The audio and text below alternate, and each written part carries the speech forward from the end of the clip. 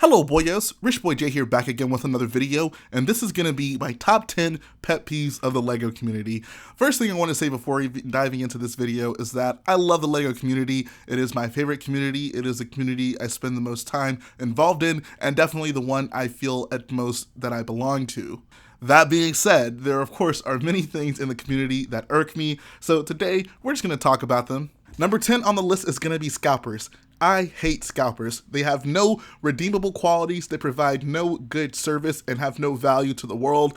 All they do is inconvenience people. Unfortunately, this is a big issue in the LEGO community. The most recent example I can think of is with the big autograph signing for the UCS Star Destroyer that just came out. They did a big LEGO event at Leicester Square, and of course, no more than like seconds after that event started, you start seeing these autographed Star Destroyers popping up on the internet for insane prices. We've also seen this recently with the new LEGO Friends TV series set that came out. It goes out of stock. The prices on eBay are ridiculous for them. And even earlier this year with those secret brickheads that came out on Walmart.com, they get bought up in minutes and are immediately on eBay for 10 times the price.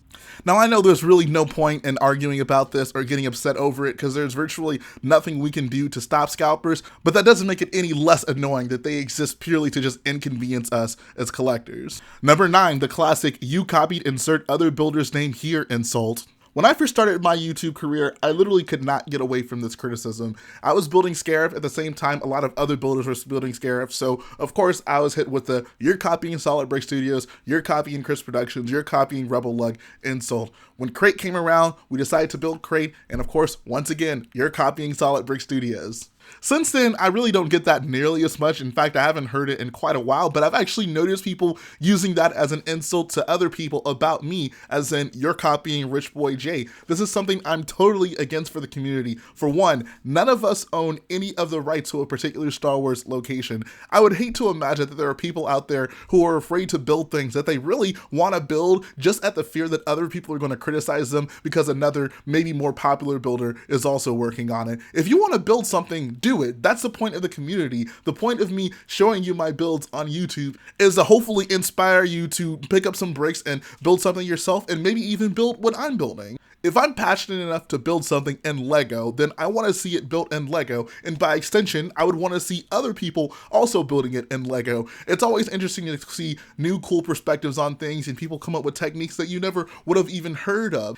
In a nutshell, regardless of what a person's building, I think we as a community should always be encouraging people to keep on building.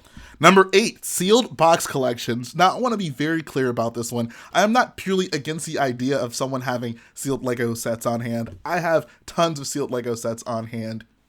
Anyone who collects LEGO at a above average level is probably gonna end up with some sealed sets that they just haven't popped open yet. I think that's totally fine. My issue, however, is, and this really extends from a lot of things I've seen on the Facebook community, you'll see a person who's bought a new set or even like an old set, and they'll be like, "Oh, just got this set, should I open it?" My response is almost always, "Oh, you should definitely keep the set sealed. LEGO sets are far more enjoyable that way." I've ended up with a bunch of sealed sets because I simply have not found the time to build all of them, or I simply don't have the space for them. At some point down the line, I'd really love to have everything built, but at the point where you're not just keeping things in box because of necessity, but instead you're thinking, "Oh, if I open this set, the value is gonna go down," I think you're ultimately just using LEGO the wrong way. At the end of the day, the parts are meant to be built. There is really no inherent value in that LEGO box. If you're sitting on sets that you're afraid to open because of the value, I want to tell you right now, pop the sets open. You'll get a lot more enjoyment out of them that way. There are much better ways for you to earn money than sitting on sealed LEGO sets. Number 7 on the list is going to be people's anger over LEGO not making certain Star Wars vehicles. I feel like you see this with any wave of Star Wars sets that come out. I feel like you see this with every single wave of Star Wars sets that come out, or with every UCS announcement, "Oh, why didn't they make X, Y, or Z?" Which I always find interesting because unless something just totally tragic happens, these sets are not going to be the last sets ever. These UCS sets are not going to be the last UCS sets LEGO ever makes. So for your initial gut reaction to be, "Oh, LEGO's never going to make this set that I want them to make," just always seemed borderline irrational to me. But even more specifically, There are people who get so upset about Lego not making specific vehicles when they want it, and I just always found this funny because the nature of Lego is that you have the versatility of the pieces. You have the ability to create what you want.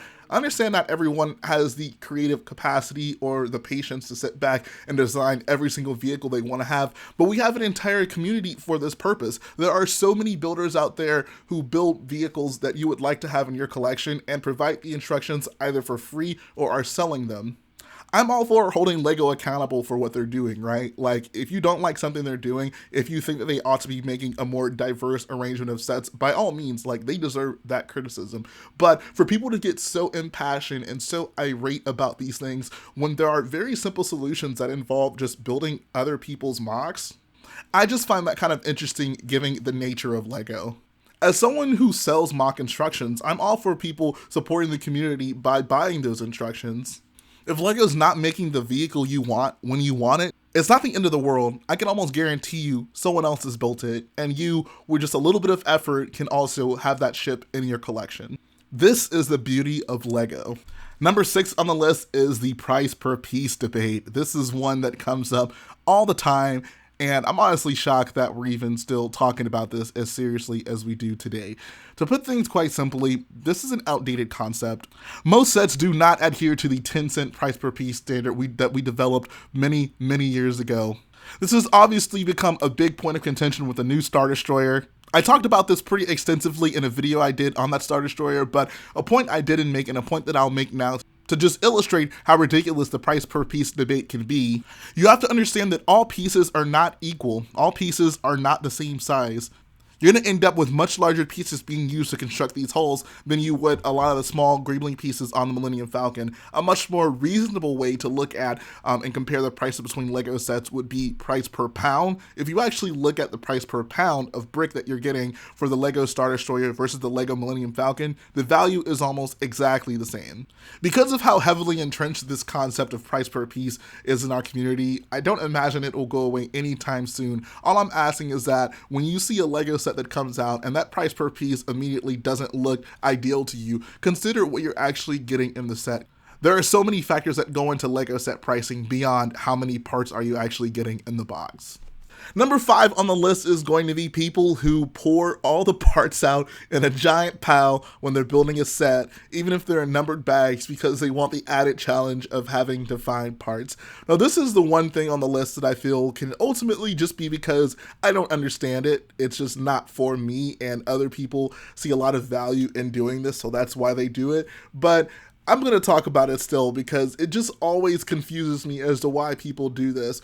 When I'm building a Lego set, I'm building it to, have the experience of building, right? Like, it's fun to click the parts together. It's fun to see what techniques Lego is going to come up with, especially in these newer sets. Like, I feel like they're constantly evolving their build techniques. So there's a lot of value and teachable moments in that in itself. And I'm building a set to experience the final product ultimately. Like, I wouldn't just build a set and immediately take it apart. If I'm building a set, I want to see the set built. What I'm not doing is building the set because it's challenging. And I always find it interesting when people describe a set as challenging, because I feel like ultimately, if you can look at the pictures in the colored instruction book and you can put the parts together the way that the pictures should tell you to do it, then the question of the build is not a matter of challenge. It's not a matter of, oh, I'm doing something that is difficult to do. It's more a matter of, do I have the patience to sit here and click these parts together if it's like a bigger set, right? To this day, I still don't really understand it when people can describe a Lego set as challenging. As an extension of that, I don't see the value in having a challenge of finding Lego pieces. I honestly feel like it just unnecessarily complicates things. To put this in the perspective of a mock builder, and I feel like a lot of people watching this have probably had some experience building mocks, like, could you imagine if you just never sorted your collection? Like, if all your parts were just in a giant bin? Like, would the challenge of having to search through that entire bin to find any given part you were looking for make building mocks any more fun? That honestly sounds awful to me. So I always find it weird when people do this with Lego sets. Now, the argument that I've always heard is, a Lego set is essentially a 3D puzzle, so you kind of increase the puzzle element to that by mixing up the parts and having to search for the parts, which I can get if I don't really think about it too much. But at the end of the day, a puzzle isn't giving you step-by-step instructions on how to connect the pieces. Like, part of a puzzle is not only finding the pieces, but finding out exactly where the piece is supposed to go. If you find any particular Lego piece, it's very obvious where it's supposed to go if you're looking at the instructions. I really hope there's someone in the comments who can just explain to me very clearly, like, what is the benefit or the fun to having all the pieces mixed up in a set that otherwise had numbered bags. I ultimately just don't understand it. Number 4 on the list is going to be the UCS versus non UCS debate. I am just mind blown by the fact that this is something that people dive so deeply into, whether or not a set is a UCS set or should be considered a UCS set. I'm of the simple opinion that it really doesn't matter. A Lego set is a Lego set. How we decide to describe it, what we decide to call it, is really irrelevant. I have no doubt that the original reason Lego came up with the idea of a UCS set or calling sets UCS sets was a marketing ploy to maybe garner a little bit more adult interest and also inspire people to collect all of them. Like when you assign a label to them, then it becomes more of a, I need to have all of the quote unquote UCS sets. But the fact that I see so many debates online about whether something ought or ought not to be called a UCS set is just absurd. Like, who cares? Number 3 on the list is one that really doesn't happen super often, but I always roll my eyes when it does. And that is when people compare Lego sets or even UCS sets to MOCs. I can't tell you how many times I've seen someone post a picture or a video of their MOC and it has, tons of pieces, lots of detail, lots of just, intricate things that Lego could never reasonably accomplish in a set. And you see people comment, oh, why doesn't Lego make a set like this? This is so much better than anything Lego could ever make. Okay, you guys have to understand, right? There are so many more factors that have to go into Lego putting together a set than what we would have to take into account when building a MOC. When we're building a MOC, we really can do whatever we want, right? Like, we're not building something that has to be mass produced, that has to be accessible to people of varying levels of Lego expertise, right? Like, we can just build whatever we want. We can use illegal techniques. That's why the concept of illegal techniques is even a thing, right? Like, stuff that you could do as a MOC builder and get away with because who cares whether or not you have to handle your MOC with extra care. It's your thing. You can kind of deal with it however you want to. When Lego's building something, they're considering so many things, like, is this thing sturdy enough for a person to have and not fall apart all the time? Is this something that people would actually be willing to pay this amount of money for? Lego produces some pretty incredible sets, but to expect MOC quality from them, I feel, is just very unreasonable. Number 2 on the list might ruffle a little feathers, but it is simply going to be nostalgia. Oh boy, how do I even begin talking about this one? I guess I'll start off with this. Nostalgia is not inherently a bad thing. Like, if you like certain Lego things because they're nostalgic to you, that's totally fine. I like tons of things because of nostalgia. I think that a bulk of the reason I'm into Lego right now is because of nostalgia, just the way it can take me back to those days of being a kid and kind of just letting my imagination just blossom. I think those are very fair reasons to like things. I think what we as a Lego community have to do a better job of is distinguishing between I like this thing because of nostalgia versus I like this thing because of objective reasons. I understand that us liking things is always going to ultimately be objective, right? Like, my favorite color could be red, and I don't really need a reason for it to be red. I can like red just because I like red. But when we're talking about Lego Star Wars sets specifically, or even minifigures, I think the basis that we're always comparing it to is accuracy. We're looking at how well does Lego depict what we see on screen in this Lego element, or Lego ship, or Lego minifigure.